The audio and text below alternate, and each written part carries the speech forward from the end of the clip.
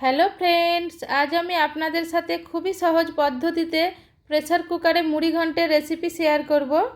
Friends, যদি রেসিপিটা ভালো লাগে লাইক কমেন্ট করবেন, ফ্যামিলি ফ্রেন্ডদের সাথে শেয়ার করবেন, আর সাথে আমার চ্যানেলটাকে সাবস্ক্রাইব করে অল নোটিফিকেশানটা অন করে দেওয়ার অনুরোধ রইল, যাতে আমার ভিডিও আপলোড হবার সাথে সাথেই আপনারা নোটিফিকেশান পেয়ে যান। আসুন শুরু করা যাক আজকের রেসিপি।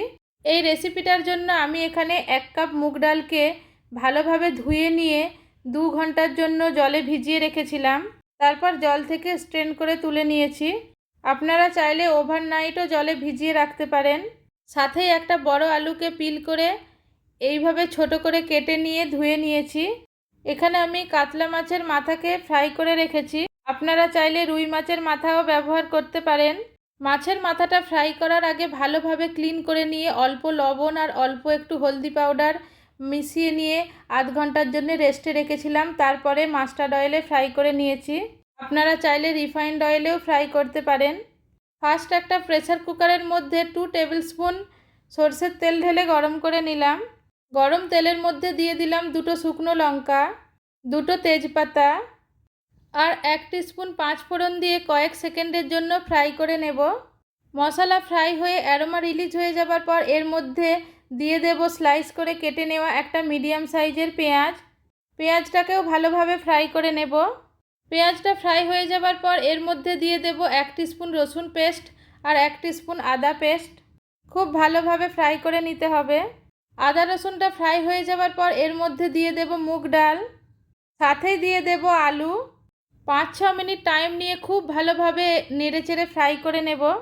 আপনারা চাইলে মুগ ডাল আর আলুটাকে আলাদা আলাদাভাবে প্রথমেই ফ্রাই করে নিতে পারেন, তারপরে রান্না করতে পারেন। 5-6 মিনিট টাইম নিয়ে এইভাবে মিক্স করতে করতে খুব ভালোভাবে ফ্রাই করে নিয়েছি।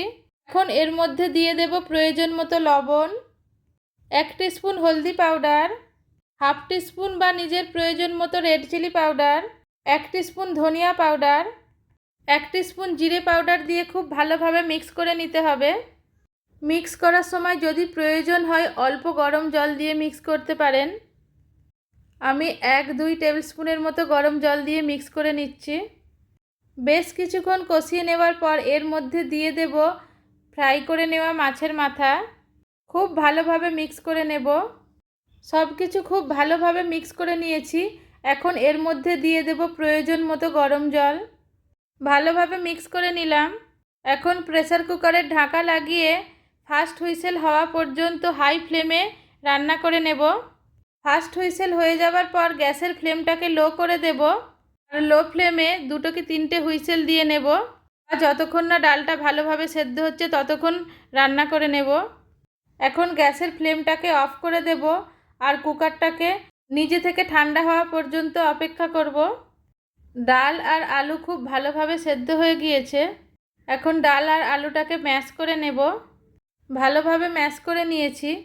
এখন এর মধ্যে প্রয়োজন মতো গরম জল দিয়ে মিক্স করে নেব। এই ডালটা ঠিক হয় এই জন্য অল্পই জল দিলাম।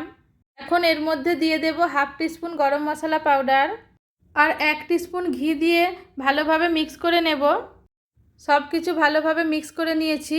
এখন ঢাকা লাগিয়ে গ্যাসের ফ্লেমটাকে বন্ধ করে দেব আর এটাকে এইভাবেই ঢাকা লাগিয়ে 5 থেকে 6 মিনিট স্ট্যান্ডিং টাইমে রাখার পর ডিশ আউট করে নেব। তৈরি হয়ে গেল খুবই সুস্বাদু মুড়ি ঘন্ট। আপনারা চাইলে এই পদ্ধতিতে একবার ট্রাই করতে পারেন। এখন এটাকে গরম গরম সার্ভ করে নিতে হবে প্লেন স্টিম রাইস বা নিজের পছন্দ মতো ডিশের সাথে।